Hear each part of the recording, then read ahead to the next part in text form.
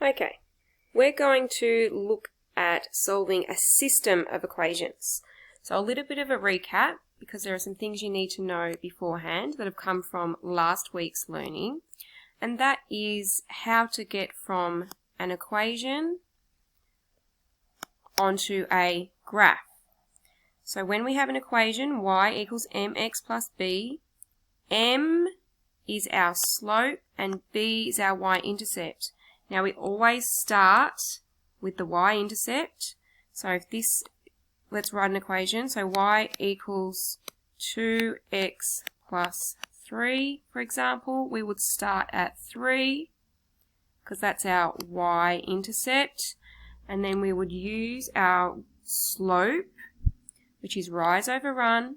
We'd go up 2 and across 1. And we're going to do that in a lot more detail with each example. So then you just connect your dots. Make sure they're accurate, because what we're learning today is we're going to actually have two equations and we want to find this point where they meet. You're going to come across three different types of systems. So there is one system called consistent independent. That means they're going to meet at one point. So they're going to have one distinct solution. There's another one called inconsistent. Now this is when they are parallel. They never meet. And this is when they have the same slope. Okay, both equations have the same slope.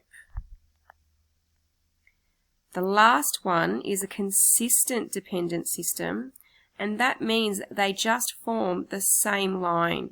We don't have two lines. When we draw both lines, they end up being on top of each other.